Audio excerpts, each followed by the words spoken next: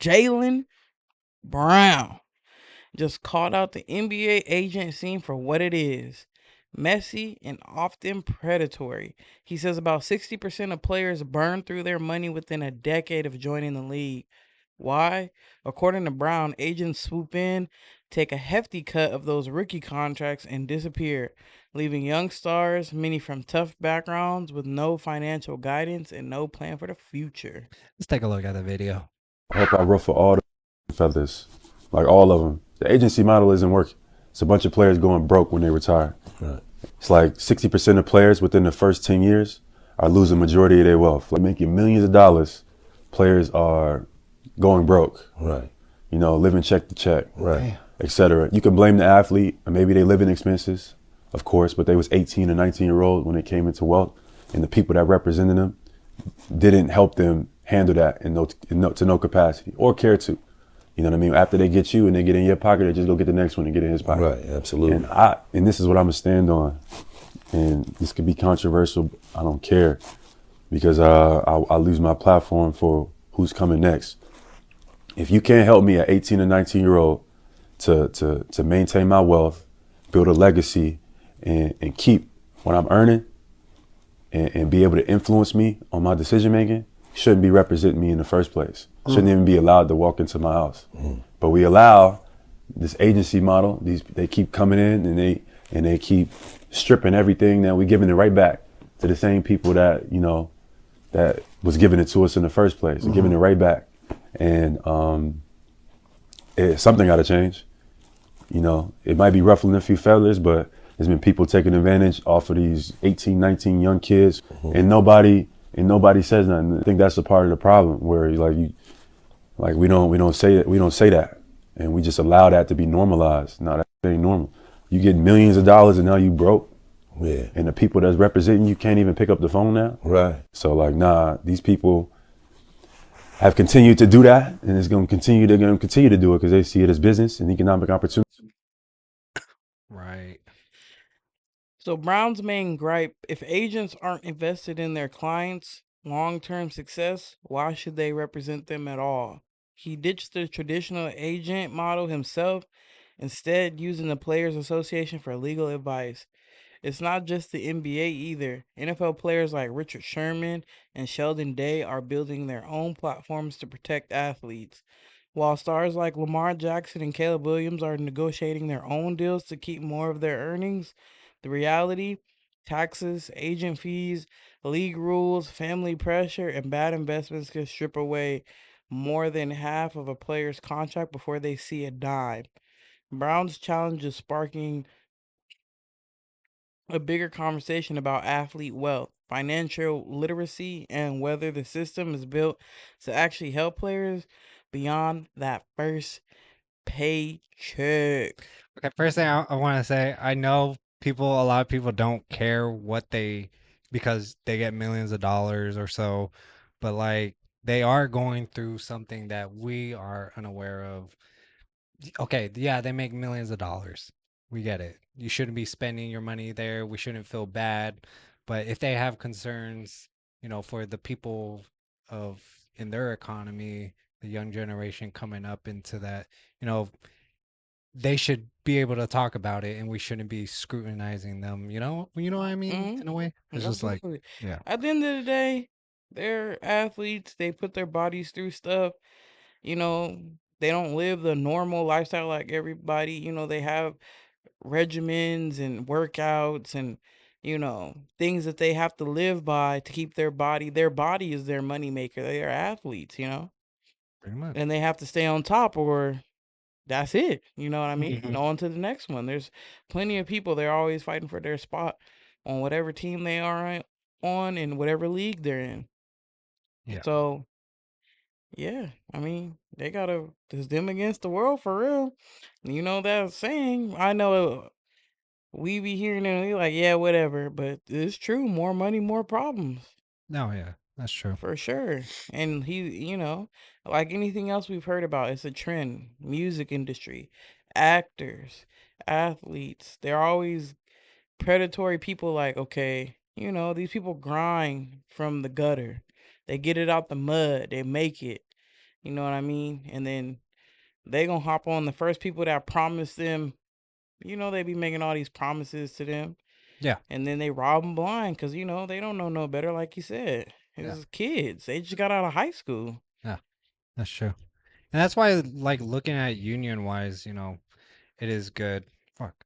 It is good to look at a union because they have tools and other agencies to guide you through that. So don't think that the union's super bad. Like they're there to help if you want to take it or not. But if you want to go your own route, that's like your own risk. And just, yeah, 18, 19, especially in the school system, you're not really taught that, or even the older generation is not really taught that. They're actually just coming into the information too. But just got prepared for it.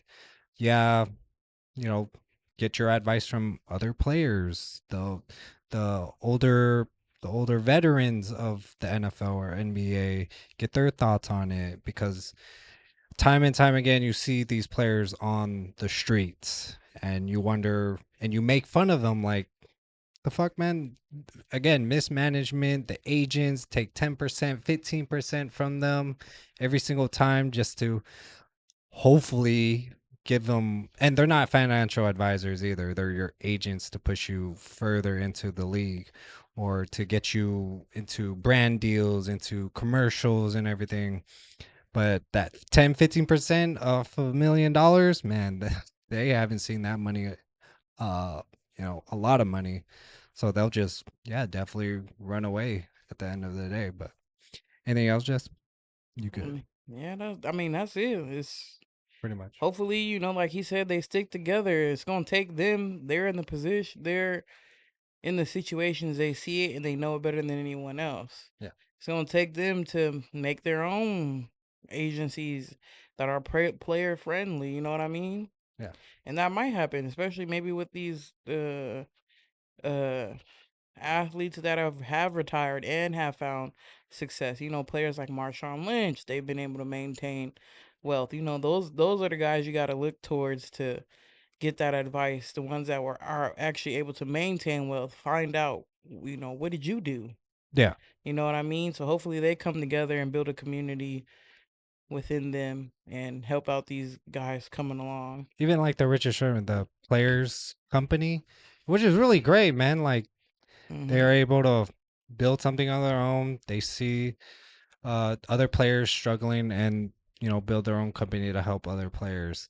That's great, man, because obviously they saw something that was wrong, that these agencies just took advantage of these young guys and now build up their own agency and try to help out other people in the long run because sports isn't going anywhere, man. There's going to be every season new players, a small percentage of players, but they need guidance too. And sometimes fatherless homes are not always there to guide them too, or the family members are just, scraping just to get some type of money or some fame or a big ass house, some nice ass cars. But is that financially uh, steady for the long run? I don't think so. But, you know, that's just they see a bunch of money. They see you as the golden child to make that type of money. But NFL players face 78% rate of financial trouble post retirement, even worse than the NBA's 60%.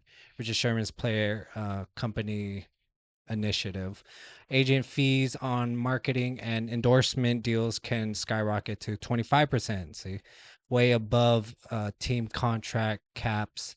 League escrow systems withhold about 10% of paychecks to balance revenue sharing, which athletes often never see.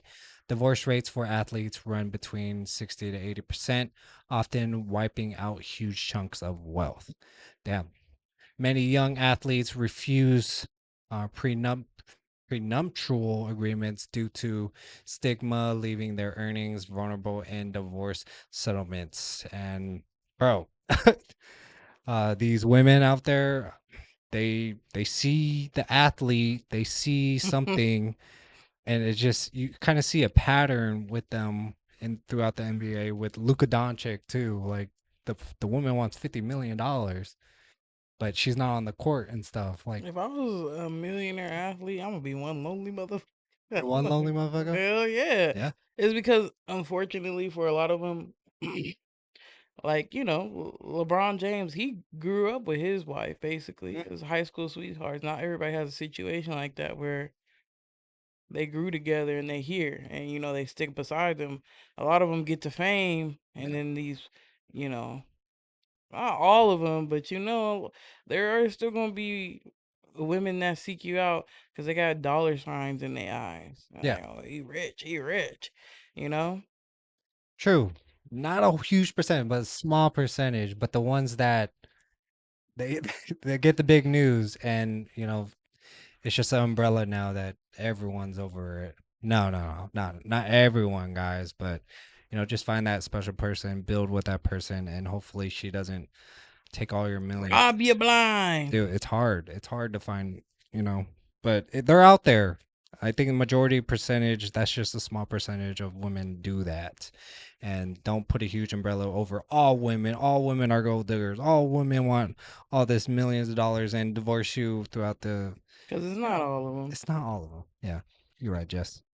But yeah, comment below your guys' thoughts on that.